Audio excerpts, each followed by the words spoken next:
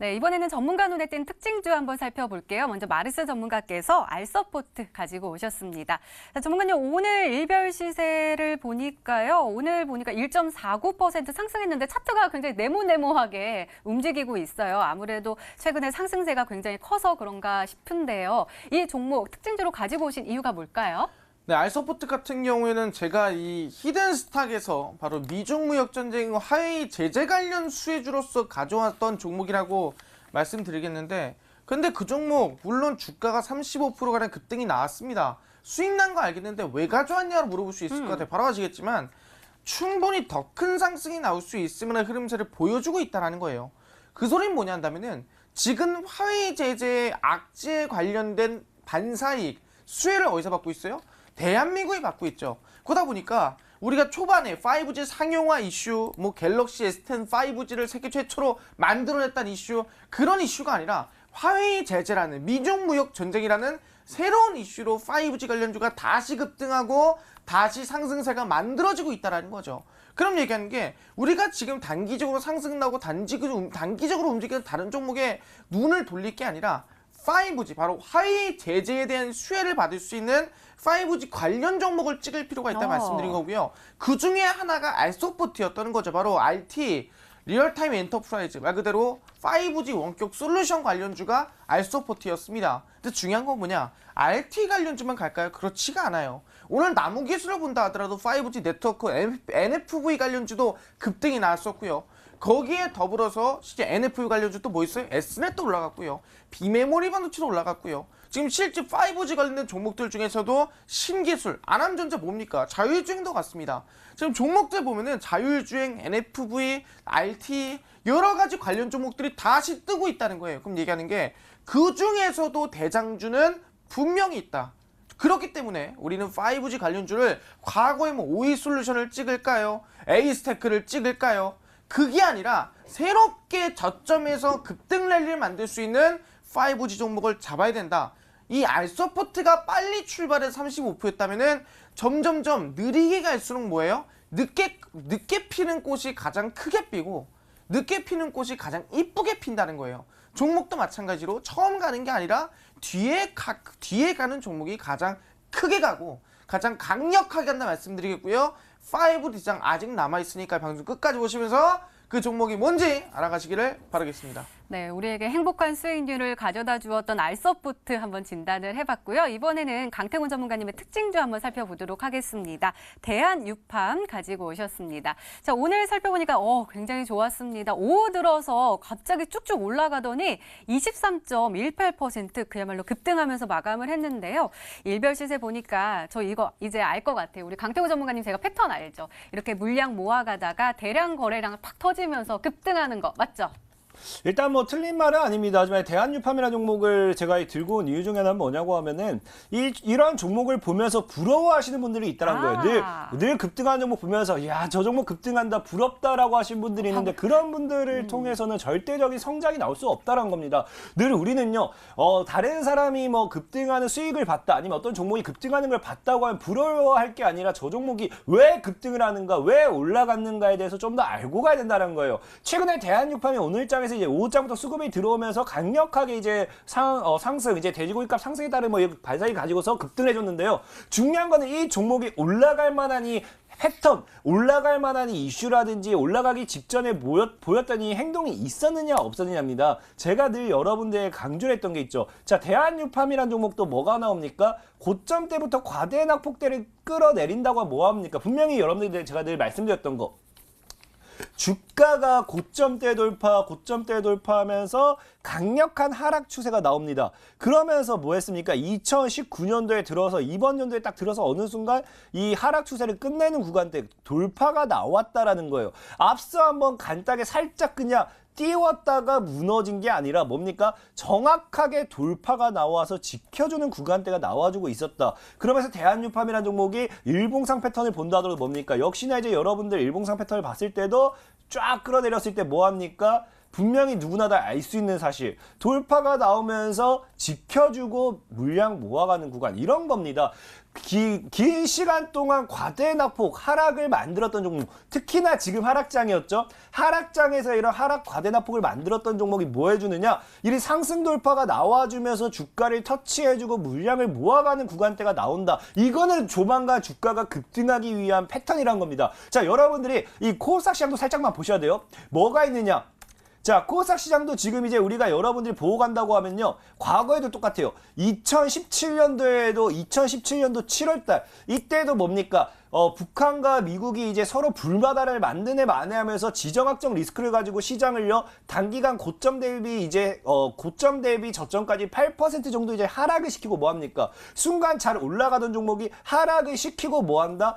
어마어마한 급등이 나왔습니다. 그리고 대파동이 나왔고요. 최근에 미중 무역 전쟁 관련된 이슈를 가지고 이제 시장 조정을 줬다가 뭐 한다고요? 다시 상방으로 나왔어요. 그러면서 이때마다 테마가 나왔습니다. 하락이 끝나는 시점에서 제약바이오 테마가 나왔고요. 그 다음에 2018년도에 이제 하락이 쭉 무너지고 나서 2019년도 초, 이번에 뭐가 왔습니까? 이번 연도 초에 수소차도 왔고요. 그래핀도 같고요. 200에서 300% 이상 가는 테마는 계속 있었다는 겁니다. 그럼 다시 한번, 이제 시장이 무너졌어요. 그럼 이제 다시 시장이 올라와야겠죠. 무너졌기 때문에 올라올 차례인데, 이 올라줄 때 뭐가 있겠습니까? 이 시장을 끌고 갈 대파동을 가져갈 테마가 있다. 그런 테마가 어디서 나온다? 분명 명심하셔야 돼요. 시장이 하락할 때 과대 낙폭이 나오면서 하락 추세가 끝난 구간, 하락 추세가 끝난 구간에서 물량을 모은 종목들, 이런 종목들이 조만간 시장의 대파동을 가지고 오는 테마주로서 대장주가 되는 게 굉장히 크다라고 말씀을 드리면서, 대한유팜을 부러워할 게 아니라 대한유팜과 똑같이 이런 자리에서 모아가고 있는 종목을 찾아 나서야 된다라고 말씀을 드리겠습니다.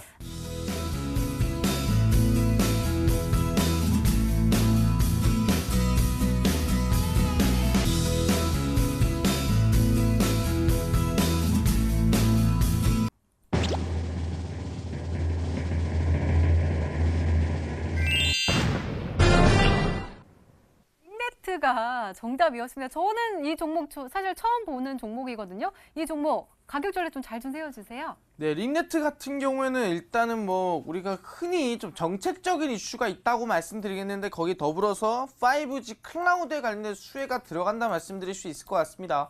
그렇기 때문에 이번에 실질적으로 말씀드렸지만 화웨이 제재에 대한 수혜가 들어오는데, 이 클라우드엔 제재가 뭐가 있냐?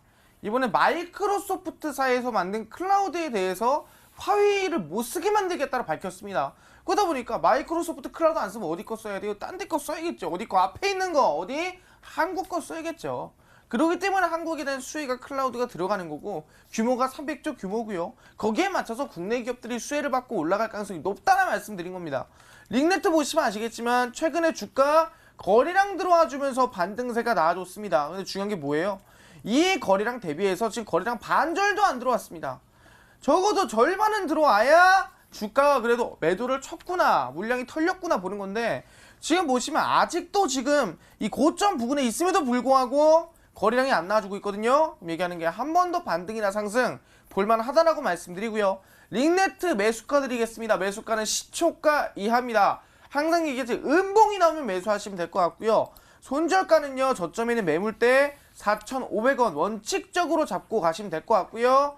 1차 목표가는 전고점 거의 돌파 흐름 보면서 대략 5,400원 라인대까지 전고점 돌파 보면서 흐름을 계속 유지해가면은, 이번에 5G 수혜, 이번에 클라우드, 화웨이 제재에 대해서 마이크로소프트가 안 한다고 했죠? 거기는 수혜까지 같이 받아 상승할 수 있을 것 같으니까 기대해보고 손절가 목표가 원칙으로 잡고 가도록 하겠습니다.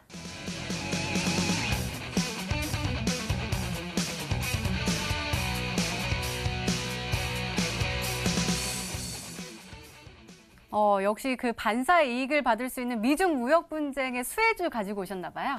일단은 맞습니다. 계속해서 지금 이슈가 되고 있는 게요. 이제 뭐 마르스님도 앞서 얘기했지만 지금 미중 무역 전쟁이 계속해서 심화가 되고 계속해서 이제 해결될 기미가 보이지 않습니다. 특히나 이제 오늘 같은 경우는 뉴스를 보신 분이 있을지 모르겠지만 중국에서 어떤 이야기까지 나오느냐, 우리 한국을 대놓고 이제 협박까지 한다는 뉴스까지 나왔습니다. 어떤 뉴스요? 과거 이제 사드 이야기까지 꺼내면서 니네가 이제 뭡니까? 이제 미국 쪽에서 이제 이 화웨이 관련돼 있는 이런 이 불이익을 반도체하고 이런 거에 대해서 동참을 해라라고 계속하고 있지만 우리나라에서 여기에 대해서 어떤 특정적인 이제 확답을 내놓지도 않고 그냥 중립을 유지하고 있다 보니까 중국 쪽에서도 지금 다시 한번 이 압박이 들어오는 이런 상황이 있습니다. 이처럼 미중 무역 전쟁이 계속해서 심화가 되는 순간 어쩔 수 없이 뭐라 했습니까? 우리나라는요 이 둘 중에 하나는 선택을 하긴 해야 돼요.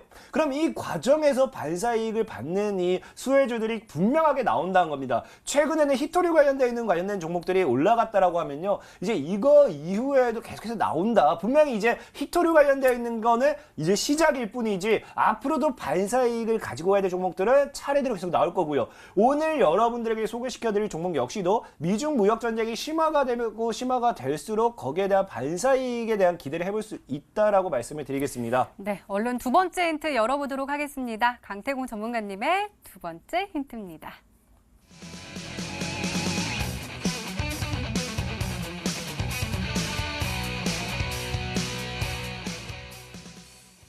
오늘은 마르스 전문가님과 강태구 전문가님이 약간 비슷하게 가지고 오셨습니다. 삼성전자와 관련되어 있는 종목인가 봐요.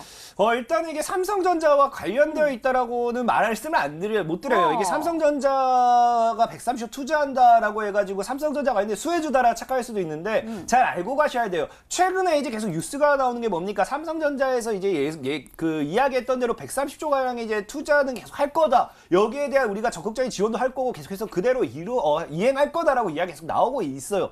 그 뜻은요, 이 삼성전자의 130조 관련된 투자 발표와 함께 분명하게 계속해서 이슈가 되고 수혜가 받는 종목들이 4차 사업 관련되어 있는 반도체 관련되어 있는 종목들이 계속 수혜를 받을 거란 겁니다. 그럼 어쩔 수 없이 뭡니까? 이 반도체, 비메모리 이런 4차 사업 관련되어 있는 모든 종목들이 올라간다라고 하면요, 이건 그냥 이 테마죠. 과거에 제약 바이오 테마가 열풍일 때 그냥 제약, 이런 것만 붙어도 뭐였습니까? 그냥 상한가 같은 그런 시장이 있습니다. 그것 마냥 이제 비메모리 반도체라든지 반도체라든지 4차 사업이라든지 IoT 이런 것들이 움직여준다라고 하면 뭡니까? 분명히 그냥 이 종목도 그냥 가만히 시장이 떠밀기 때문에 올라갈 수밖에 없다라고 말씀을 드릴게요. 네, 테마가 강력하게 상승세를 끌어올릴 것이다 라고 말씀해 주셨는데요. 그럼 마르스 전문가님, 어떤 종목일까요? 지금 두 번째 힌트까지 했는데 살짝 추리가 될까요? 네, 일단은 이제 삼성전자 관련 종목으로 볼 수 있을 것 같고요. 따지고 본다면은 근데 133조 투자라는 건 결국엔 5G거든요. 그럼 5G 종목 중에서도 일단은 삼성과 연관된 거 일단은 자율주행 쪽에 하나 있습니다. 바로 안암전자라 볼 수 있을 것 같은데요. 안암전자 같은 경우에는 최근에 보시면은 주가가 한 차례 상승세가 나와줬습니다. 주가 상승이 나왔던 이유가 뭐냐 한다면은 안암전자가 최근에 인천에서 5G 시티, 자율주행 시티를 만든다 하면서 올라갔었고, 그리고 저점 찍어주고 다시 올라가고 있습니다. 그 뜻은 뭐냐 한다면은, 이제부터 한 번 더 화이트즈 수혜 받는다 한다면은 더 큰 상승 만들 수 있을 것 같고요. 안암전자를 따로 본다 한다면은 비메모리 반도체 쪽도 하나 볼 수 있을까 할까. 그래서 시그네틱스 하나 보도록 하겠습니다. 다른 SF 반도체나 실제로 제주 반도체나 비메모리 반도체가 저점에서 올라가는 거에 비해서 시그네틱스는 상한가한 것 치고는 많이 못 갔습니다. 그렇기 때문에 충분히 저점 찍어주고 저는 한 중간점까지는 한 번 더 올라갈 수 있지 않을까 생각해보기 때문에 시그네틱스 그리고 안암전자 두 종목 정도를 한번 추려보도록 하겠습니다. 네, 마르스 전문가께서는 안암전자 그리고 시그네틱스가 아닐까라고 추리를 해주셨는데요. 아직 마지막 힌트가 더 남아있죠? 마지막 힌트 열어보도록 하겠습니다. 강태공 전문가님의 세 번째 힌트입니다.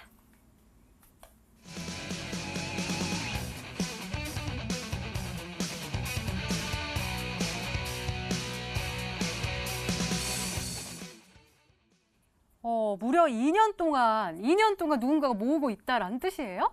일단은 그렇게 볼 수 있습니다. 2년 동안 누군가가 모으고 있다라고 볼 수도 있고요. 중요한 건 무엇이냐? 아까 일단 말씀해 드릴게요. 제가 보는 관점에서는 아까 제가 이제 대한유팜이라는 종목을 비교했죠. 정확하게 이 대한유팜의 차트와 비슷하다라고 볼 수 있어요. 지금 일단은 이 대한유팜이라는 종목의 차트가 정확하게 하락파동 이후에 이제 상방으로 이제 넘어가고 있잖아요. 이 종목의 차트와 굉장히 비슷한 종목이다. 제가 봤을 땐 적어도 이 현재 대한유팜의 이런 자리에 와 있기 때문에 조만간 상한가라든지 조만간 급등 나오기에는 충분한 패턴이지 않을까 말씀을 드리면서 하락 파동 이후에 2년 정도의 물량 매집이 나왔기 때문에 충분히 강력한 상방을 기대해 볼 수 있다라고 말씀을 드리겠습니다.